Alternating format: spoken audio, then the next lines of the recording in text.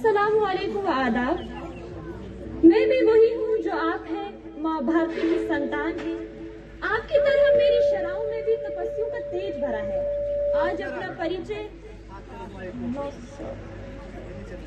अपना परिचय इसलिए दे रही हूँ क्योंकि सलाम व आदाब करके परिचय देना हम भारतवासियों की परंपरा है। भारत, मैं उस भारत से आती हूँ जिसके होठों पे गंगा और हाथों में तिरंगा है। हम हिंदुस्तानियों का अंदाज दूसरों से थोड़ा अलग है और सिर्फ अंदाज ही क्यों, हमारा तो एड्रेस भी सबसे अलग है। दुनिया जहाँ रहती है आसमान के तले और हम हिंदुस्तानी भारत माँ के आंचल तले। अंबर तले जग रहे हम तेरे आंचल तले रहते हैं। अंबर तले जग रहे हम तेरे आंचल तले रहते हैं। दुनिया में हम ही अकेले हैं जो भारत को माँ कहते हैं।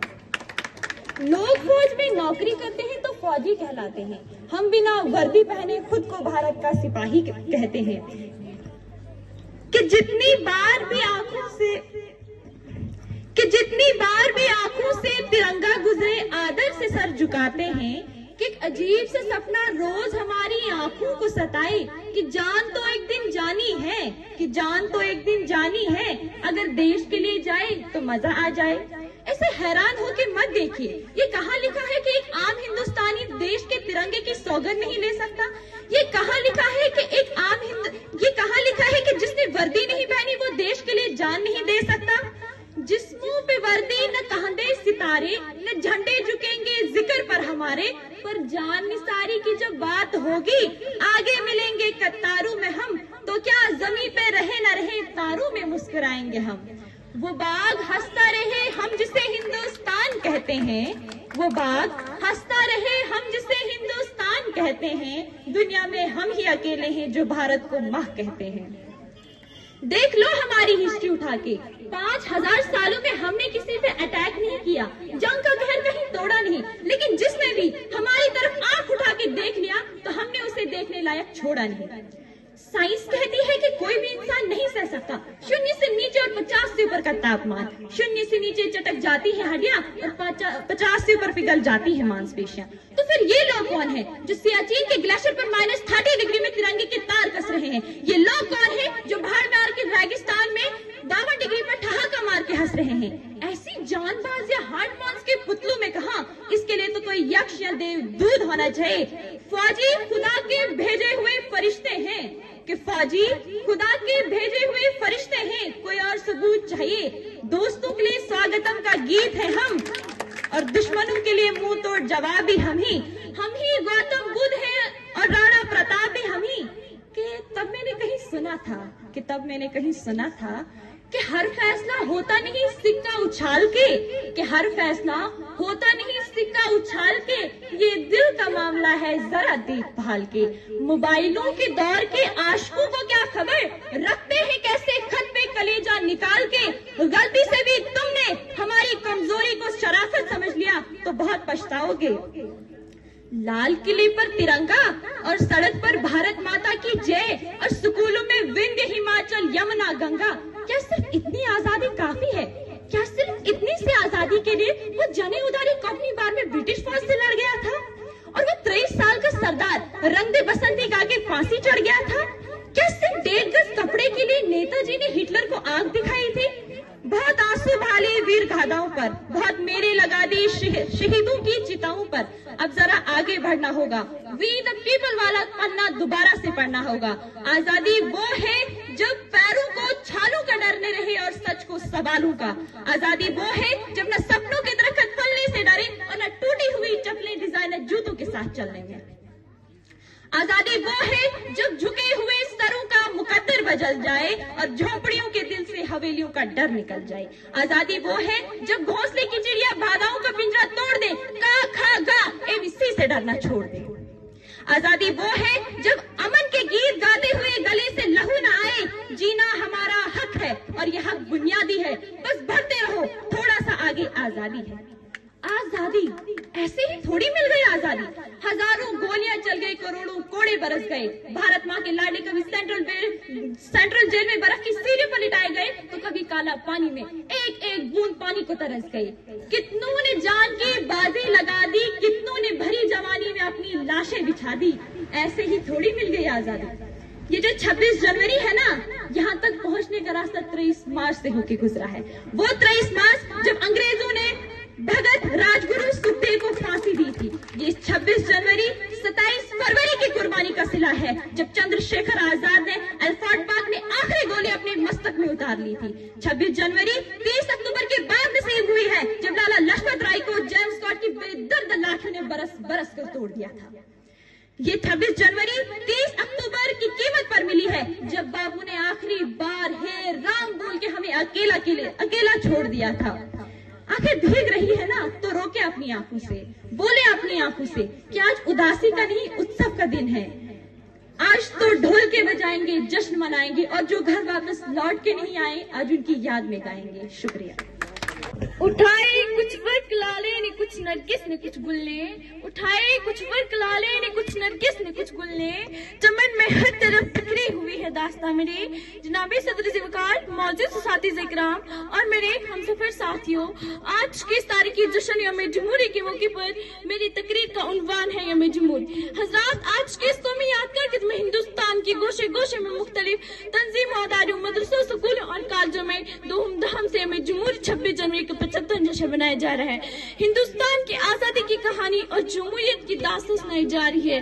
आज हम हिंदुस्तान में आजादी की सांस ले रहे हैं, चैन की नींद सो रहे। एक वक्त था हमारा ये मुल्क अंग्रेजों को गुलाम बना हुआ था और हिंदुस्तानी पर जुल्म की पहाड़ तोड़े जा रहे थे और उनको उनके हुकूक से महरूम किया जा रहा था।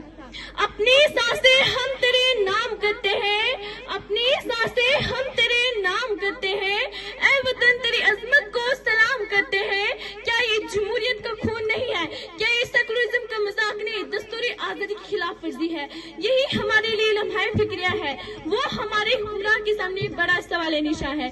इसलिए जरूरत है कि हम इस तरह तवज्जो दें और हिंदुस्तान में रहने वाले हर फर्द के साथ इंसाफ को बराबरी का मामला किया जाए और उनको उनके हुकूक दिए जाए। साथ ही साथ इस बात की जरूरत है कि जिस तरह हमारे असलाफ जात पात नस्ल मिलाकर मुल्क को आजाद कराया है, इसी तरह तवज्जो सरकूज करने की जरूरत है कि हम बुलाए तो मिलजुल कर काम वतन के लिए करें। ये नफरत बुरी है न पालो इसे, ये नफरत बुरी है न पालो इसे, दिलों में खलिश है निकालो इसे, न तेरा न मेरा न इसका न उसका, ये सबका वतन है बचा लो इसे।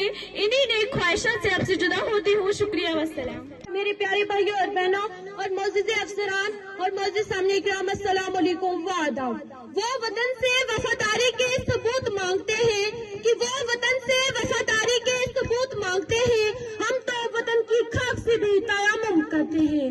न पूछो जमाने से कि न पूछो जमाने से क्या हमारी कहानी है, कि न पूछो जमाने से क्या हमारी कहानी है। हमारी पहचान तो सिर्फ ये है कि हम हिंदुस्तानी हैं, कि हम हिंदुस्तानी हैं। लहू वतन शहीदों का रंग लाया है, कि लहू वतन शहीदों का रंग लाया है, उछल के कह रहा है ये जमाना कि नाम आजादी आई है। मुझे ये बताते हुए बेहद खुशी हो रही है, मुझे ये बताते हुए बेहद खुशी हो रही है कि आज हम सब यहाँ अपने मुल्क का 75वां यौम जमहूरिया मनाने के लिए जमा हुए। यौम जमहूरिया हमारे साल 26 जनवरी को मनाते हैं। हालांकि हमारा मुल्क 15 अगस्त 1947 को आजाद हुआ, लेकिन सबको बराबर का दर्जा देने वाला कानून अभी तक नहीं बना था। हमारे कौमी रहनुमाओं ने मिलकर एक दस्तूर साज कमेटी तश्कील दी गई। बरसों की कोशिशों के बाद डॉक्टर भीमराव अम्बेडकर की सदारत में जमहूरियत, इंसाफ और मुल्क के सभी लोगों के लिए मुसावात के असूल पर मबनी हिंदुस्तान की आइन की तैयारी की गई। इस वजह से 26 जनवरी को यौम जमहूरिया के नाम से याद किया जाता है और इस दिन के हवाले से मुल्क भर में मुख्तलिफ किस्म पर प्रोग्राम तकरीबात मुनाकिब किए जाते हैं और इसे खासतौर पर स्कूलों और सरकारी दफ्तरों में बड़ी धूमधाम से मनाया जाता है। इस त्योहार का खास ताल्लुक किसी मजहब, जात या बरादरी से नहीं है। इस दिन हमें ये अहद करना चाहिए कि हम अपने मुल्क की आइन की हिफाजत करेंगे और अपने मुल्क के हम आंगी और अमन को बरकरार रखेंगे। इससे मुल्क की तरक्की में भी मदद मिलेगी। कि मैं जब मर जाऊं तो मेरी अलग पहचान लिख देना, कि मैं जब मर जाऊं तो मेरी अलग पहचान लिख देना, लहू से मेरी पहचानी पर हिंदुस्तान लिख देना। थैंक्स। इज्जत माब मेहमाने खुसूसी सदर वकार और तशरीफ फरमाए तमाम ज़ियो वकार हजरात, यौम जमहूरिया के 75 साल गिरह पे तमाम हजरात को खुश आमदीद।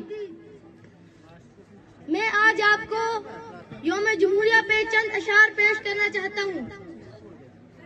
नफरत बुरी है न पालो इसे, नफरत बुरी है न पालो इसे, दिलों में खलश है निकालो इसे, न इसका न उसका न तेरा न मेरा, न इसका न उसका न तेरा न मेरा, ये सबका वतन है संभालो इसे। दिल से निकलेगी न मर के भी वतन की उल्फत, दिल से निकलेगी न मर के भी वतन की उल्फत, मेरी मिट्टी से भी खुशबू वफा आएगी। हम अपनी सांसें तेरे नाम करते हैं, हम अपनी सांसें तेरे नाम करते हैं, ए वतन तेरी अजमत को सलाम करते हैं। हम अपनी जान के दुश्मन को अपनी जान कहते हैं, हम अपनी जान के दुश्मन को अपनी जान कहते हैं, मोहब्बत की इसी मिट्टी को हिंदुस्तान कहते हैं। बहुत खूबसूरत वीडियो साहब मतदार साहब के हाथ में मेटर रिसीव करते हुए और स्पेशल तारा वो भी आगे आए, जबरदस्त खिदमत की है, हर एक की मदद की है रेवेन्यू डिपार्टमेंट के यहाँ पे। तो मैं चाहूंगा जोरदार तालियां हो जाए खान साहब के लिए, बहुत जबरदस्त सर्विस रेवेन्यू डिपार्टमेंट में इन्होंने दी है। आई थिंक सर कितना साल है, 35 साल सर्विस सर अंजाम देने के बाद ये रिटायर होने जा रहे हैं इस महीने के आखिरी तारीख 31 जनवरी को। बहुत बहुत मुबारक है कि सही सलामत भाई से डिपार्टमेंट को छोड़ने जा रहे हैं। प्रेसिडेंट साहब से रिक्वेस्ट है कि उनको अपने हाथों से एप्रिसिएशन सर्टिफिकेट दें।